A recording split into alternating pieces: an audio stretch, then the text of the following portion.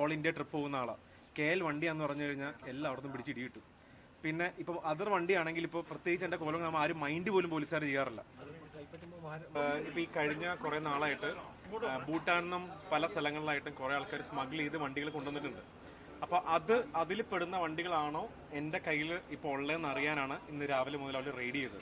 അപ്പോൾ വണ്ടി വന്നു, വണ്ടിയുടെ ഇപ്പോൾ എൻ്റെ വണ്ടി എൻ്റെ അവകാശം, അതായത് എൻ്റെ ഓണർഷിപ്പിൽ തന്നെ ഇരുന്നിട്ട് ഇപ്പോൾ 5 വർഷത്തിന് മുകളിലായി.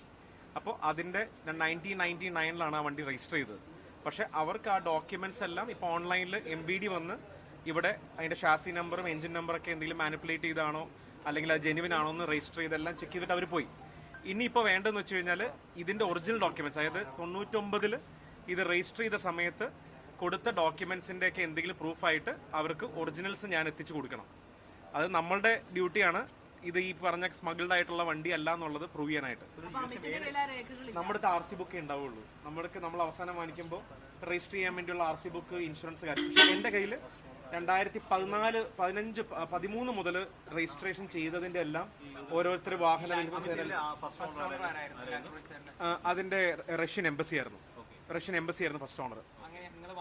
ഞാൻ അവരുടെ നിന്നല്ല, ഞാൻ മഞ്ജുനാഥ് ഡൂക്ലെ എന്ന് പറയുന്ന ആളുടെ അടുത്ത് ഗോവയിൽ നിന്നാണ് വാങ്ങിയത്. അപ്പോൾ അല്ല, പുള്ളിയുടെ കയ്യിൽ നിന്ന് തന്നെ ആണ് ഞാൻ വണ്ടി വാങ്ങിയതും. അപ്പോൾ അത് കഴിഞ്ഞ് ഞാൻ ഫ്രീക്വന്റ്ലി, ഇപ്പോൾ ഉള്ളാരും പറയല്ലോ, ഫ്രീക്വന്റ്ലി ഓൾ ഇന്ത്യ ട്രിപ്പ് പോകുന്ന ആളാണ്. KL വണ്ടിയാന്ന് പറഞ്ഞു കഴിഞ്ഞാൽ എല്ലായിടത്തും പിടിച്ച് ഇടി കിട്ടും.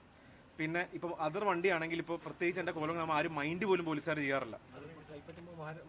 മധ്യപ്രദേശ് തന്നെയായിരുന്നു. ഇപ്പം ഞാൻ എപ്പോഴും ഇപ്പം എൻ്റെ ഇൻസ്റ്റാഗ്രാം നോക്കി അറിയാം, ഓൾമോസ്റ്റ് എല്ലാ മാസവും എന്ന് പറഞ്ഞ് ട്രിപ്പ് പോകുന്ന ആളാണ്. അപ്പോൾ ഈ KL വണ്ടി, ഇപ്പോൾ കഴിഞ്ഞ പ്രാവശ്യം ഞാനും ഇവിടെ ഒരു സ്വരൂപ് എന്ന് പറഞ്ഞ പയ്യനായിട്ട് പോയപ്പോൾ നമ്മുടെ വണ്ടി മാത്രം ആരും പിടിക്കില്ല. നേരെ മറിച്ച് KL വണ്ടി കണ്ടു കഴിഞ്ഞാൽ അപ്പം പിടിച്ച് ചെക്കിങ്ങും കാര്യങ്ങളുമാണ്. അപ്പോൾ ആ ഒരു കൺവീനിയൻസ് കൊണ്ടാണ്, അതായത് ഞാൻ വണ്ടിക്കകത്ത് തന്നെ കിടന്ന് ഉറങ്ങുന്ന ഒരാളാണ്. അപ്പോൾ KL വണ്ടി കണ്ടു കഴിഞ്ഞാൽ ഇത്തിരി അഭ്യാസം കൂടുതലാണ്. നിങ്ങൾ എപ്പോഴെങ്കിലും കേരളത്തിൽ പുറത്തു പോയ ആൾക്കാരാണെങ്കിൽ അറിയാം.